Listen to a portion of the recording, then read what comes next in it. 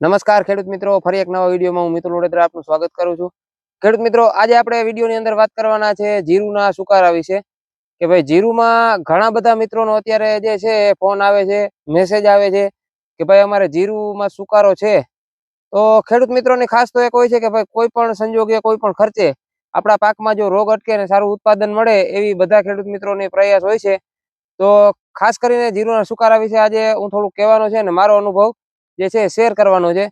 પહેલી વાત તો ખેડૂત મિત્રો હું એમ કહી દઉં કે જો જીરુનો સુકારો દવાથી અટકતો હોય તો જીરુના જે અત્યારે આ બજાર છે ને 5-7 હજાર ક્યારેય બજાર ના થાય। કારણ કે જીરુમાં જો સુકારો ના આવે તો બીજા બધા રોગ રોકાઈ જાય છે। એક સુકારો જ વસ્તુ એવી છે કે એ દવાથી મારા અંદાજે અટકતો નથી। છતાં ઘણા બધા મિત્રો તમે ફૂગનાશક છે અલગ અલગ આપણે વિડીયો મૂકતા હોય એમાં કોમેન્ટ કરતા હોય છે કે આનું રિઝલ્ટ સારું મળે છે, આનું રિઝલ્ટ સારું મળે છે, આ દવાનું સારું રિઝલ્ટ છે।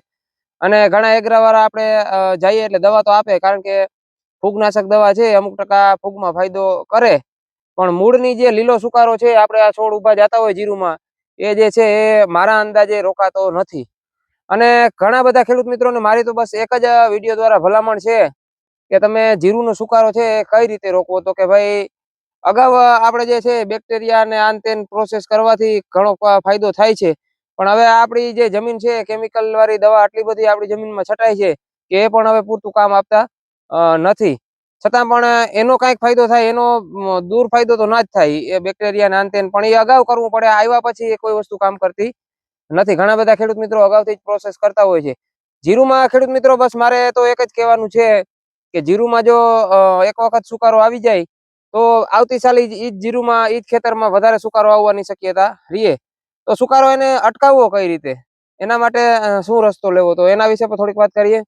જીરુમાં જો સુકારાની તમને હું વાત કરું તો મારે જ આ ખેતરમાં છે અત્યારે આપણે બેઠા એમ 5 દિવસ પહેલા પાણી કાઢેલું છે। અમે રેડ પાણી પાયેલું છે, એટલે કે ક્યારામાં પાણી પાયેલું છે, એટલે કોક છોડવા જશે એવું મને લાગે છે। અને જીરુ વસ્તુ એવી છે કે અભિમાન ના હાલે, કેટલું જાય એ પણ નક્કી નહીં, તો એ આગળ જતા ખબર પડશે। જીરુમાં જો સુકારો અટકાવવો હોય અને વધારે સમય એકને એક ખેતરમાં જીરુનું વાવેતર કરવું હોય તો જે છે ઓછો ભેજ જમીનને દેવાનો જીરુ ઉગી ગયા પછી। તો કઈ રીતે દઈ શકીએ કે ભાઈ ફુવારા દ્વારા હે અથવા ઓલો રેન પાઇપ આવે એના દ્વારા આપણે જીરુને પિયત આપીએ, જેમ કે ઓછો ભેજ દેવાનો।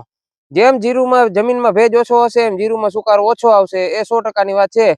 તો કોઈ ખેડૂત મિત્રોને જીરુનો સુકારો હોય તો એની માટે દવા નહીં, પણ એના શું નિયમો છે અને શું એનાથી કઈ રીતે થાય એના ઉપર હકીકતમાં જવાની જરૂર છે। અમારા આજુબાજુના ઘણા બધા ઓછા પાણી વાળા વિસ્તાર એવા છે કે જે 15-15 વર્ષથી એક જ ધારું જીરું હોવાય છે, તો એને હજી પણ જીરું 7-8 મણ થાય જ છે। તો એ શા માટે થાય છે કે ભાઈ એ ફુવારા દ્વારા પકાવે છે જીરુને, તો આમાં એલો ગ્રોથ ના મળે। તમે જે આ જીરું છે ને અટાણે રેડ પાયેલું છે ને, એ જે વલ કરશે ને એમાં એલું ફુવારાનો વલ ના થાય, અને આ જીરુમાં ઉત્પાદન સારું આવે, પણ ક્યારે આવે, જો બચી જાય તો થોડુંક ઓછું ઉત્પાદન આવે પણ ઓછા ભેજ આપી અને જીરાને આપણે પકાવવાની ટ્રાય કરીએ, જેટલી જરૂર હોય એ મુજબ આપણે ફુવારા દઈએ અથવા તો રેન પાઇપ બધાથી બેસ્ટ રહેશે જીરું માટે। જે તમને ફોટો દ્વારા પણ દેખાય છે એ ટાઈપનું રેન પાઇપનું આવે છે પાણી પિયત દેવાનું જીરામાં। તો ખાસ કરીને જીરુમાં કોઈ ખેડૂત મિત્રો અતિશય ખર્ચા કરતા નહીં।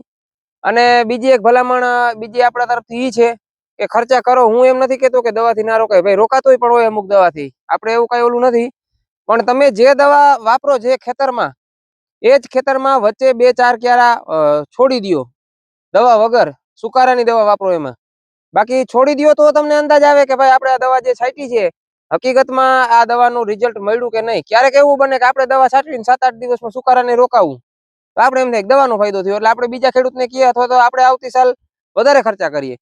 તો ખાસ એક ઈ ભલામણ છે કે ભાઈ દવા છાંટ્યા વગરમાં પણ જો રોકાઈ જતો હોય તો એનું સમજવું કે આપણે દવાનો ફાયદો નથી, વાતાવરણના કારણે રોકાઈ ગયું છે। તો બસ આ રીતે મારું સુકારા બાબતમાં બધા ખેડૂત મિત્રોને કહેવાનું હતું। અને ઘણા બધા ખેડૂત મિત્રો અતિશય ખોટા ખર્ચા કરે છે, એ સુકારા બાબતમાં ના કરવા કોઈ પણ પાકમાં। બીજું કે જીરુમાં દવા જોઈએ 100% છે, હું માનું છું અને બધા માને છે। ફૂગનાશક દવાના રેગ્યુલર રાઉન્ડ મારવાના, કોઈ રોગ જીવાત આવે તો એના મારવાના, બધી દવાઓ લાગુ પડે છે। દવાઓ છાંટવાની ટાઈમસર એને જે વસ્તુની જરૂર હોય, જે વસ્તુની ખામી હોય એ બધું દેવાનું। હું એમ નથી કેતો કે મફતમાં થઈ જાય કે દવા છાંટ્યા વગર થાય, આપણે દવા બાબતમાં સુકારા બાબત જ હતો, લીલો સુકારો કે અથવા તો ઉભા છોડ જતા હોય છે મૂળમાંથી, એના વિશે જ હતું મારું કહેવાનું। અને ખેડૂત મિત્રો આવા જ આપણે અલગ અલગ માહિતી પાછા લાવતા રહેશું, ત્યાં સુધી આપણી ચેનલમાં નવા હોય તો જોડાયેલા રહેજો। અને તમારે આ વર્ષે જીરું કેવું છે અથવા તો સુકારો કેવો છે, હજી તો બહુ નથી, શરૂઆત થઈ છે, ક્યાંક ક્યાંક સંભળાય છે આ વર્ષે વાતાવરણ સારું છે. તો આપણે ભગવાનને એક જ પ્રાર્થના કરીએ કે બધા ખેડૂત મિત્રોનું છે જીરું ઓછા ખર્ચે થાય અને સુકારો ઓછો આવે અને ઉત્પાદન સારું મળે. જીરું વસ્તુ એવી છે કે જો આને આપણે પિયત આપીએ ને તો જીરાને 20 મણ ઉતારવું હોય ને તો 20 મણ પણ ઉતરી શકે. અમારી બાજુ થયેલા છે 17-18 મણ જેવા જીરા અમુક ક્યારેક. એ પૂરેપૂરું પિયત આપેલ છે અને થયેલા છે પહેલા વર્ષોમાં. કારણ કે પહેલા વર્ષે સુકારો આવવાની શક્યતા ઓછી રહે. તો સુકારો આવવાના કારણે આપણે પિયત ઓછું આપીએ અને પિયત ઓછું આપીએ એટલે ઉતારો ઓછો આવે ને ઉત્પાદન ઓછું આવે એના કારણે જ જીરુંની બજાર છે. આ એક જ મારો તો માનવાનું છે. બાકી તો આ બધા પાક ઉતરે એની જેમ 18-20 મણ ઉતરવા માંડે તો જીરુંની બજાર ઘટી જ જવાની છે. આપણે ફાઇનલ વાત છે. અને જો જીરુંમાં સુકારો ના આવે એવી કોઈ દવા મળી જાય તો ખેડૂતના ધાયરા છે એ જીરુંમાં ઉત્પાદન મળી શકે.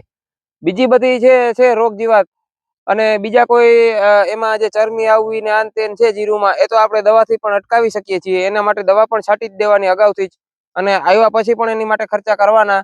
એ બધું તો દવાથી રોકાઈ જાય છે. પણ જો એક જ સોલ્યુશન છે કે જીરુંમાં જે છે એ લીલો સુકારો જો રોકવાની દવા આવી જાય તો આપણે ધાયરા ઉત્પાદન મેળવી શકીએ છીએ. તો ખેડૂત મિત્રો ફરી પાછા આવા જ એક ખેતીને લગતા વિડીયો સાથે મળીશું. ત્યાં સુધી આપણે ચેનલમાં નવા હોય તો ફોલો અને સબસ્ક્રાઇબ કરવાનું ભૂલતા નહીં.